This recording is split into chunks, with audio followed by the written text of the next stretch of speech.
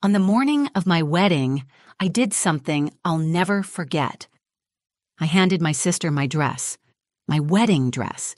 She was crying, mascara streaked down her cheeks, her voice trembling. "Ria, my luggage is gone. Everything's lost. I don't even have a dress to wear." I remember staring at her, my little sister Serena, standing in the middle of the bridal suite like a broken doll. Blonde curls half-pinned, hands shaking, panic all over her face. And in that moment, I wasn't a bride. I was a sister. So I said, "Take mine. I'll wear the backup." And just like that, I gave away the dress I'd dreamed of since I was 12. The lace I'd flown to Italy for. The one I tried on while sobbing with joy in the mirror, thinking, this is it. This is what I'll wear to marry Julian. My hands didn't shake when I handed it over. Not then. But I wish they had. I wish something in me had trembled, warned me. Instead, I felt this strange calm, like I was doing the right thing. I smiled at her. "It's just a dress," I said. "Don't worry about it." But her eyes? They shifted for just a second. The tears stopped. She blinked, nodded too quickly. "Thank you," she whispered. But it didn't sound like relief. It sounded like satisfaction. I should have noticed. The way her lips twitched at the corners, the way she didn't even ask if I was sure. She just took it. And in the background, my mother, Vivian, stood silently, hands clasped like she was watching a royal ceremony. No surprise, no concern. Just that tight, smug smile she always wore when Serena got her way. Julian hadn't texted that morning, but I told myself it was nerves. He was probably getting ready, maybe writing his vows. We'd been together 6 years, and even though we fought like fire and ice, I loved him. God, I loved him. And he said he loved me. So I slipped into a backup dress. It was off-white, simple, the kind of thing you'd wear to a rehearsal dinner, not your actual wedding. But I didn't care. This wasn't about the dress. It was about love, commitment, trust. I told myself that as I walked out of the bridal suite, as I ignored the stairs, as I took the long hallway toward the ceremony room. My heels clicked on the marble floor, echoing with every step. My heart thudded in my ears. The closer I got to the doors, the quieter everything seemed. Not like anticipation, like silence before something awful. Then the doors opened, and my world shattered. There, under the floral arch, standing on my side of the altar, was Serena, in my dress, holding hands with Julian. People were smiling, some were even crying. My father, Marcus, was clapping. I couldn't move. I couldn't breathe. Julian looked straight at me, his jaw clenched, his eyes darted, guilt flickering across his face before he turned away, as if I was just another guest, a forgotten guest. I wanted to scream, but no sound came out. I whispered, "What is this?" No one answered, and then the officiant spoke. "We are gathered here today to celebrate the union of Serena and Julian." I swear, time stopped. The lights dimmed, the air froze. Inside, something broke, cracked, quietly but permanently. And right there, as applause erupted around me, I realized I'd given her the dress, but she'd always planned to take everything else. I didn't leave right away. I stood there, frozen in the back of that hall, surrounded by soft candlelight, rose petals, and 100 eyes that refused to meet mine. It was like I'd been dropped into someone else's dream. No, my dream. Twisted into a nightmare that didn't belong to me anymore. I kept waiting for someone, anyone, to step in, to yell, "Wait, this is wrong." But no one did. Not my mother, who now had tears in her eyes like she was watching a royal wedding. Not my father, who was laughing with Serena's best friend, as if this was always the plan. And not Julian, who once kissed my forehead every night like it was sacred. Who knew how I took my coffee, how I hated thunderstorms, how I planned our honeymoon down to the playlist we'd blast in the car. He couldn't even look at me. I didn't cry. Not then. I turned around, heels clicking again, this time softer, like even the floor was trying not to disturb their perfect moment. When I got outside, the sun hit my face like it was mocking me. Birds chirped. People strolled by the venue, unaware that the woman walking past them in a cheap ivory dress was supposed to be getting married inside. I sat on a stone bench by the garden. My phone buzzed in my hand, but I didn't look at it. Probably some cousin posting a blurry Instagram story of the happy couple. Or maybe someone texting, "Sorry you had to see it that way," like there was ever a right way to see your sister marry your fiancé. My chest tightened. I couldn't stop picturing her in that dress, the one I picked with my grandmother, the one I said yes to. The delicate lace sleeves, the way it hugged at the waist, the custom embroidery that spelled a +J in tiny pearls along the hem. I felt like I was watching the highlight reel of someone else's life, the one I'd built, the one she was now living. Why? That question screamed inside me, echoing like a siren. Why would they do this? How long had this been going on? Were they laughing at me behind my back? My hands trembled as I pulled my phone out and opened my texts. I typed to Serena, "What the hell is this?" then deleted it. What was the point? She was probably sipping champagne with my ex-fiancé / her new prize, grinning like a Cheshire cat who finally caught the mouse. A soft breeze blew past, ruffling the veil I never got to wear. I realized I hadn't even pinned it in. It just sat there, like it didn't belong to me anymore either. I looked up at the sky and thought, God, if this is a joke, it's not funny, it's cruel. Then I thought about everything, the months leading up to the wedding, how Serena was always around, how Julian said he and my sister were finally getting along. I thought it was sweet. I encouraged it. I loved that they were bonding. Stupid. All the little moments came rushing back like a tsunami. Inside jokes I didn't understand. The weird tension at the rehearsal dinner. The way Vivian smiled when Serena stood beside Julian during photos. Was it always going to be this way? Was I just a placeholder? That's when I felt it. The first tear. Hot, silent, racing down my cheek before I could stop it. Not from heartbreak. Not yet. From shame. Humiliation.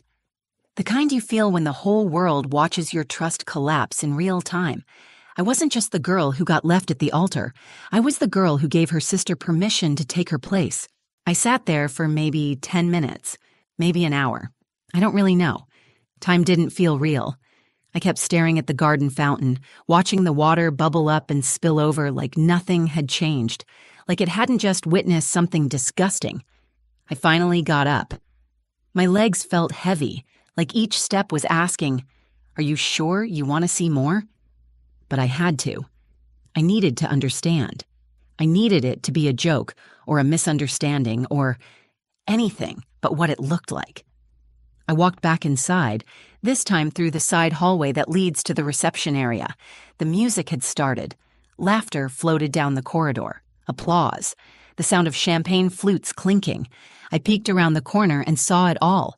Serena in my dress, now a little wrinkled from hugs and dancing. Julian beside her, grinning. Not a flicker of shame, not a single glance in my direction. A woman from Julian's side of the family, I think his aunt, called out, "They make such a stunning couple. You can just tell when something is meant to be." I froze. Meant to be? Meant to be? I started noticing details, tiny ones that made my skin crawl. The seating chart had been changed. My name was gone. The printed menus no longer had my initials on them. It said S+J in scripted gold. That's when it hit me. This wasn't a spontaneous switch. This was planned. They had rewritten everything. My name, my place, my future. Scrubbed me out like I was a typo. And no one, not a single soul, looked shocked.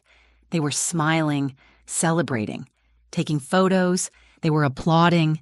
The same people who sent me excited RSVPs, who hugged me at bridal showers, who posted selfies with captions like, "Can't wait to celebrate Aurelia and Julian," were now raising glasses to my sister and the man I loved. I stood there, hidden by the doorway, heart pounding so loud it felt like it echoed through the marble halls. My mouth was dry. I felt my hands start to tingle, like they were falling asleep.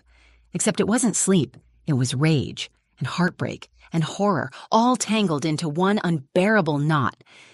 Then I locked eyes with my mother. She was standing at the edge of the room, perfectly composed in a lavender gown, pearls around her neck. She looked at me, straight at me. No surprise, no guilt, just that same cold smile she wore when I was 7 and Serena got the bigger birthday cake because she was younger. She raised her glass to me. Cheers, I guess. My vision blurred. I had to bite the inside of my cheek to stop myself from screaming. Julian's arm slid around Serena's waist. He leaned down and kissed her on the cheek while everyone laughed at something the best man said, probably about fate or soulmates or some other word that now made me nauseous. I couldn't breathe. Every part of me wanted to crash through the doors and scream, demand answers, rip off that dress and throw it in their faces. But I didn't. I turned and walked away. Because I finally understood something that chilled me to my core. They didn't just steal my wedding, they erased me, and they didn't flinch while doing it. I was the sacrifice for their so-called destiny, and the people who should have stood by me, they applauded like it was a standing ovation. But here's the thing about being erased. You can either vanish, or you can come back louder. I didn't cry on the way home. Not one tear. I sat in the back of the Uber like a statue, fingers clasped so tight in my lap that my knuckles turned white. The driver kept glancing in the rearview mirror, probably wondering why a girl in a wrinkled dress with glitter in her hair and no shoes looked like she'd just walked away from a funeral. Maybe I had. I stared out the window, watching the city blur past, my reflection bouncing back at me in the glass. My lipstick was smeared. My hair was still half-pinned, like it had given up halfway through trying. And yet, for some reason, I didn't feel broken. I felt hollow. And in that hollowness, something started to grow, a flicker, cold and quiet. I didn't know what it was at first, until I walked into my apartment and sat on the edge of my bed, still made, still waiting for a bride who never made it to the altar, and I whispered, "She told me not to tell him." That flicker turned into fire. Serena. Months ago. One blurry night. I remember it now with terrifying clarity. She'd shown up at my place late, drunk, crying, her mascara running just like it was this morning. It was a Wednesday. I'd been filming a TikTok about the bridesmaid gift boxes I was making. My phone was propped on the bookshelf recording. She barged in, collapsed on my couch, and choked out, "I did something stupid." Her words had slurred together, but they were unforgettable. "Don't tell Julian, Asal, please. It was just once. I was drunk. It was Damien. It didn't mean anything." Julian's brother. I hadn't said anything at the time. I was too stunned. I thought it was a one-time mistake, something she'd regret, something I'd take to the grave to protect her from blowing up the wedding. And she'd begged. She looked at me with those trembling lips and said, "Please, Rhea, don't ruin this for me." For her. It had never been about me. I rushed to my phone and opened the videos in my camera roll, scrolled until I found it. The footage was still there. Blurry, dim, unfiltered, but her voice was clear. Her face red and blotchy, desperate. I watched it twice. Then I began digging deeper. The texts, the calls, the receipts. There was a message from Damien, time-stamped a week before the wedding. "We can't keep doing this. He'll find out. You should tell him, or I will." She never told him. Instead, she married him, and they called it destiny. I sat on the floor with my laptop, opened a blank project, and dragged in the footage. I added the screenshots, the texts, the call logs. I didn't add music. I didn't need to.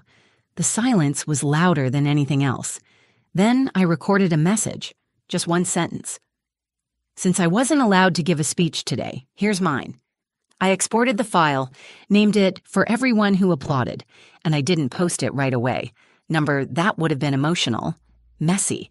I wanted them to feel exactly what I had. The confusion, the stillness, the quiet breath before the collapse. So I scheduled it. To go live 1 week from today. Same time, same hour, same date, let them have their cake, their honeymoon, their stolen fairy tale. Because exactly 7 days after they stood in front of the altar like I never existed, the truth was going to walk back in, wearing my name. I didn't tell anyone what I was doing that week. Not my best friend, not my coworkers, not even my therapist. I lived in complete silence. No posts, no texts, no updates.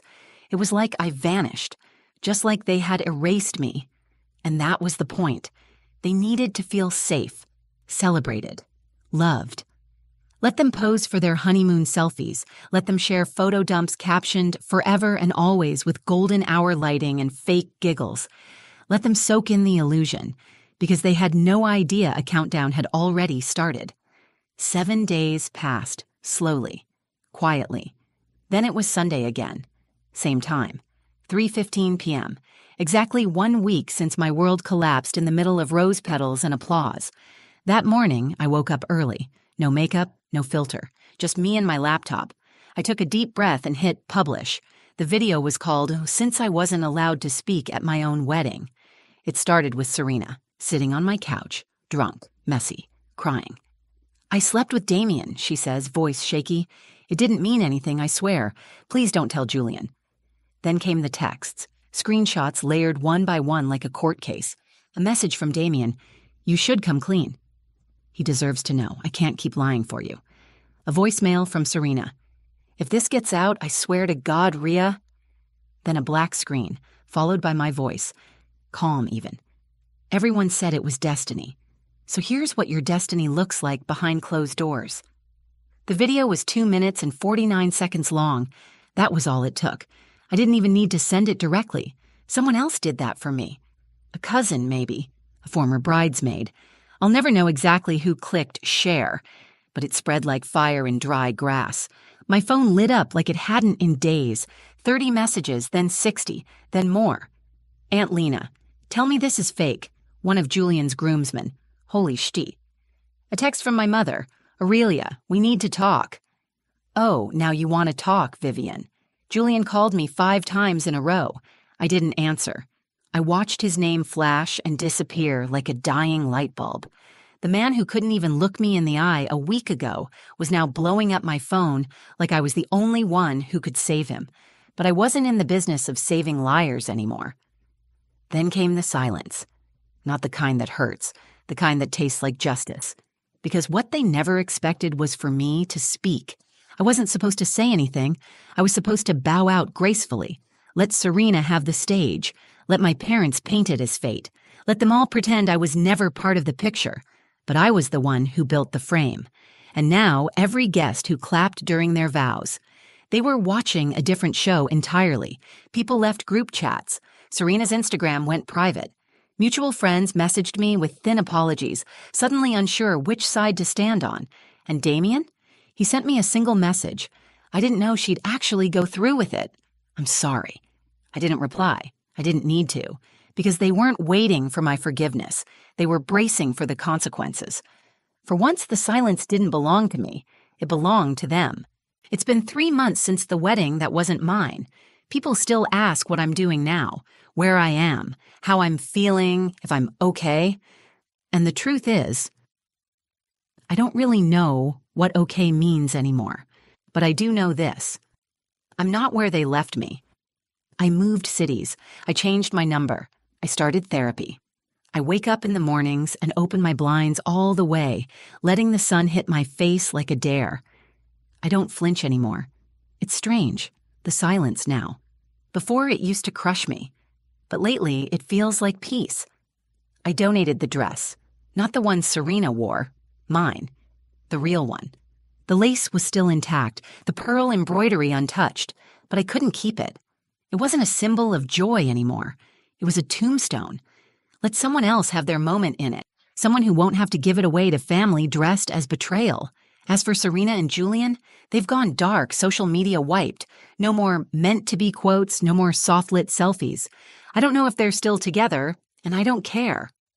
Vivian sent me a letter, handwritten as if that made it more sincere. "Aurelia, I wish things had gone differently, but I believe everything happens for a reason. Serena has always been impulsive. You've always been strong. I hope one day you'll understand."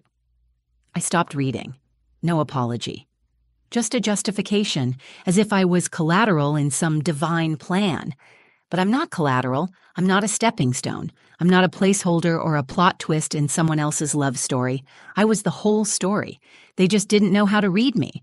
The hardest part wasn't losing Julian. It wasn't even Serena. It was realizing how many people were willing to sit in the audience and clap while I was quietly pushed off the stage. It makes you question everything. Your memories, your worth, your reality. But here's what I learned. People can take a lot from you. Your time, your trust, even your name at the altar. But the one thing they can't take? The truth. And I didn't have to scream it. I didn't have to burn their house down. I just told the story, laid it bare, and let them unravel it themselves. I'm not interested in revenge anymore. That's too easy, too loud. I'm interested in healing, in building a life that no one can hijack or perform or twist, the kind of life that doesn't need approval or applause. Because truth doesn't need permission to exist, it just waits, and when it arrives, it's quiet, but undeniable. So no, I'm not okay, but I'm honest, I'm rebuilding, and I'm free. And if there's one thing I hope you take from all of this, it's this. Don't let anyone write you out of your own story. Speak, even if your voice shakes, even if it takes time, even if no one claps when you're done. Because the right people, the real ones, they won't need to be told who the bride was. They'll already know. Have you ever been betrayed by someone you trusted? Did you stay quiet or speak your truth? Tell me in the comments. I'm listening.